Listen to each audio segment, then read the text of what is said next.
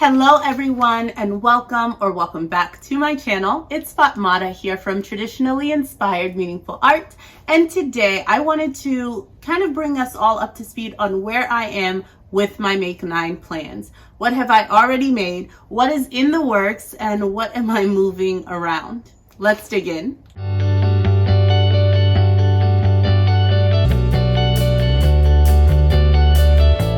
So to begin, Make 9 is a challenge that really formulated over on Instagram, where you pick out 9 different patterns, fabrics, garment types, lessons that you want to learn or experience throughout the year, and that you use it as a challenge throughout the year to work towards those 9 makes. So for me, I went with 9 patterns this year that I really wanted to tackle, many of them teaching me something quite different and new. And I shared that video with you, which I will link above in the iCards, but also in the description box below. And I have been able to make a few of them, and I wanted to review what I've already made. And I do have plans to work on some throughout this spring, summer. So I wanted to update you on that. So the first thing that was on my Make 9 list was the Sicily slip dress, which I made for Valentine's Day in collaboration with Adele from Sew for Serenity. And I used this gorgeous double crepe fabric that I picked up at G Street Fabrics. I had a little bit of hiccups with the fabric stretching out on me on the sides, and also with user error, put in the facing a little bit wrong. What I am going to do, as was mentioned in a lot of the feedback from that Sicily slip dress reveal video, is actually go in and remove the side seams, re-sew it down, and put the facing in properly. And I actually think that I might gift this to my sister if it fits her. So I'll have her try it on and see if she'd like to take this. I don't know that I'm so smitten with it, and I want to revisit this pattern maybe in the fall. But it is nice. I can check it off. I did make it. So here is the Sicily slip dress. Something else that I attempted to make was this vintage simplicity pattern 6268, this sort of asymmetric front jumpsuit. Here are those design lines.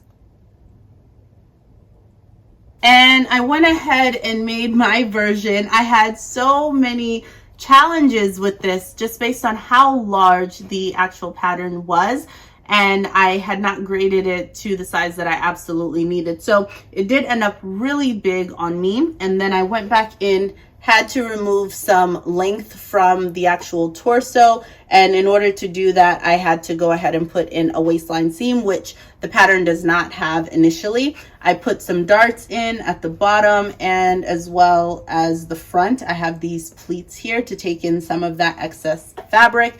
I included ties that go around as a tie front, paying homage to the Zadie jumpsuit. I borrowed some of those design features with the tie portion. I am going to go in and sort of tack these shoulders inward a little bit. My younger sister has tried this on and it fits her a lot better without me going in and continuing to grade all of these seams. It fits her beautifully, so I'm just going to finish it up, hem the bottom, and gift that to her, and that will be a part of my Selfless Sew April 22, and I'm really excited to get this completed, as well as the Sicily slip dress. So my sister is going to have hopefully 2 beautiful makes in her possession from me. Next up, I want to mention Simplicity 8742, and that is this gorgeous coat or cardigan pattern, and I absolutely think it is going to be something that many of you should try if you haven't already. But I love the design lines. I love how easy breezy it is to wear. I made mine out of this really thick sort of fleecy almost, I think it has to be cotton. It really does feel like a cotton material, like cotton fleece, and it is hefty. This is the heftiest fabric I've ever purchased. I got it from the dead stock section of G Street Fabrics, where the fabric is $2.97 a yard, and I picked up I think about 4 or 3 yards of this, and I used about 2 or so yards to make this lovely cardigan. It is very lovely. I used a cotton sateen fabric for all of the facing details because this fabric is so thick and hefty that it would have been too much to wrangle through the machine and would have been too bulky at the seams. So I used a very match worthy cotton sateen. I did not buy these two fabrics together, and that is just a blessing from my abundant fabric stash. So I was very happy that that worked out so well. You also have to put in a facing inside the pocket, so it was nice to have that cotton sateen. So again, I could reduce on some of that bulk. This pattern usually has a center back seam. I omitted the center back seam, again, trying to reduce bulk in the areas that I could, and I was able to, I think, make a successful coat again. I have been able to wear this out, particularly when it's quite chilly, but not, you know, cold enough where I need a big puffer jacket. And this really does fit the bill. I think what I would add later is to create some sort of tie that I can sort of wrap around to close it. I don't know if that would make it look a bit too robe-like, and I don't want that, or find a way that I could add like a buttons, some sort of closure, just to make sure that when I wear it, it feels a bit more secure, and I think that would be awesome. This is going to be a running joke, I'm sure, all year long. I still need to properly cuff this, and I keep saying that. I've said that in the makes video, and we're still here, but I have very little motivation to do that as we're getting into the warmer months. Hopefully fall, winter, you'll see me get that done, but I still wear it like that. I just cuff it over, and I think it's fine. That is another Make 9 garment completed. Moving on, I am wearing Simplicity S8834. So as you can see here, I put this back in my Make 9, or put it in my Make 9, even though I've made this once before in 2020. But I wanted to really test out some of the design lines and see how hackable this pattern could be. So this was my first attempt at that. I added this gorgeous lace velvet trim to the sleeve ends here, and also at the very bottom I went ahead and extended the ties so they wrap all the way around, and I can tie them in the front or in the back, and that was a really nice feature. I also omitted the center front seam from this pattern for this make and extended the width of the collar. So lots of different little changes just to make it more suitable for what I wanted in this particular make.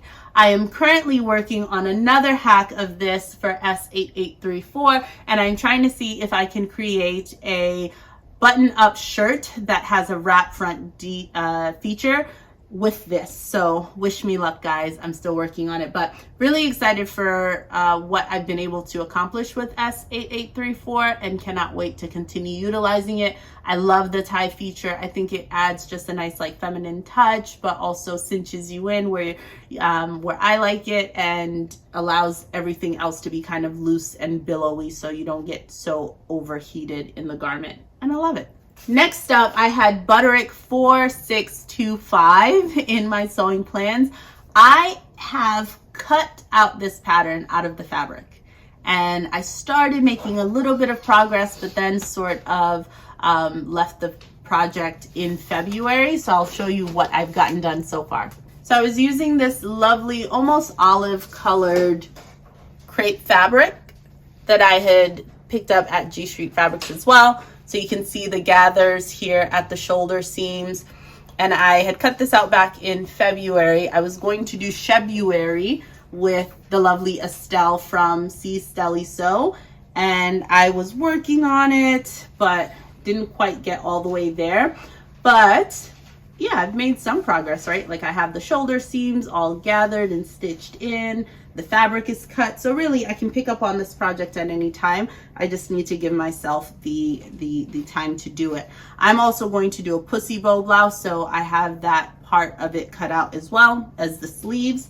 And I was really looking for a nice tried and true button up top that I can sort of have in my collection and use time and time again with various fabrics. So I'm hoping to complete this, and then I'll be able to check off another one of my make 9s. So as far as the upcoming makes, or the things that have yet to be made, I swapped out my very easy Vogue pattern for this Simplicity 1069, and I'm really excited to make this spring. I have pulled out a fabric for it. So this is an viscose that I picked up on Mood Fabrics online last year, and I love it so much. I used this fabric previously in a half and half dress that I made with a Butterick pattern. So I love this fabric, and I'm going to be lining it with a rayon challis, like in a navy. So I'll make the pants, the culottes version, view B, and then I'll make the shorts out of a rayon challis to use as a lining. So I do have plans to make it, and they are currently, like, this fabric lives currently in the sewing space. So I do hope to make this relatively soon. Next in the make 9 was the McCall's 7925, and I have yet to make this, but I will say that it is something that I'm still inspired to make. In May, or actually all this month and then into May before Mother's Day, is the challenge, the Sew Maxi for Mother's Day, that's being put on in the sewing community, and I'm really excited to participate in that this year. I'm thinking, like, I have this lovely bright yellow fabric. It has this gorgeous detailing in it, and I picked this up at the thrift store many moons ago, but I think it would look lovely in that McCall's pattern, and I have about 4 yards of it, so it would be enough. And it has the high neckline, which is something I was looking for, and I think it would use up all of the fabric with all of those various tiers if I were to do view D with the long billowy sleeves. I just have to consider if I think it would be too much. But when has that ever stopped me, really, you know? I also have a black trim that I think could look really nice with that fabric. So it is a contender, but I have tons of other fabrics that I think would look lovely in this print, in this pattern as well. So I just need to make a decision and sort of put it in my plans for May. Next up, I have another maxi dress that I want to do. This time it's a wrap dress, and I wanted to do S8735. I like this also because they have cup size variations, which is perfect. So I would use the B cup size and probably cut at the bodice like a size 10 or 12 based on the measurements of this. But I'm absolutely going for view D, this long length fuller skirt for the maxi, and I love this pattern. So they actually call for a number of different fabrics. They say chambray, cotton types, crepe, jersey, which is interesting, lightweight denim, linen types, micro suede, ponte, and silky types, even stretch velvet, which I think would be awesome. But it is interesting to me that they name jersey here. I wouldn't have expected this in a jersey. But in my stash, I had previously thrifted, maybe 2 years ago or last year, this gorgeous fabric. And I do think this might be a chambray, right? Because when I look at it, the warp and weft threads are giving this really beautiful coloring. Can I be confident in calling this a chambray? It feels cool-ish to the touch. I could do a burn test and see if it's natural fibers, but I definitely think this is a chambray. And it's gorgeous, and I have a ton of it. Like, it's heavy because there's so much fabric here. So I would definitely be able to make this maxi length wrap dress and still have more of this fabric for future makes. Maybe a nice, you know, light denim-ish colored blouse would be really nice, and so many other things. So I definitely think this could be a possibility. And that would be, you know, another make down. And I could absolutely see me making this pattern this spring or summer. So this is something that I think would be in my sewing space come May, once I get through some of the makes that I have planned for April. So could be in my future. Then I had these 2 outer garments, and this counted like as one or the other would be fine in my books, to be honest. But I had started the Simplicity blazer back in college, so over 10 years ago, and my oh my, it is still cut. It still has the pins in with the tissue paper into the Ankara fabric. So I think that is hilarious, but I had big ambitions. This is Simplicity 0597. Have yet to make it. I don't even know if I cut out the right pattern sizes because that's how long ago it was, and I had no idea how to read patterns at that time. So I'm curious to see how that all comes together, but that's why I put it in my makes. It would be nice to see the blazer that took 10 years to make. So I'm excited to dive into that. And I also pulled out B6169. It's this really simple lined moto jacket, it seems.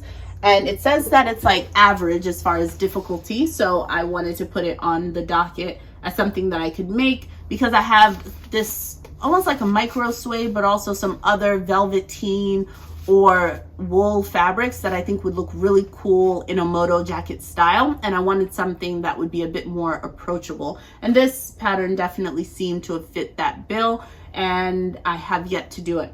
But I am going to try and focus on these in the fall. I don't think that this is something that I would get to sometime soon, but in the fall.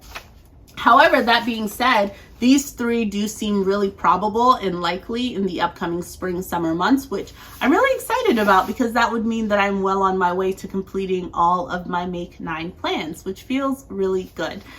I'm excited that I took on the challenge to actually create a Make 9. It allows me to have something to revisit and just remember some of the different techniques that I was hoping to learn and the reasons why I selected those patterns in the first place. So I'm really thrilled with the progress that I've made thus far throughout the year and know that there is much more to come there. So if you have a Make 9 or had created a Make 9 earlier this year, I'd love to hear about your progress on your Make 9. How many have you done? Do you have them worked into your plans for the upcoming months or this season that's coming up? How are you incorporating your Make 9 or making it easier for yourself to remember the patterns that you selected in the first place? I'd love to hear about it. Until next time, friends, I will see you then. Stay creative. Bye-bye.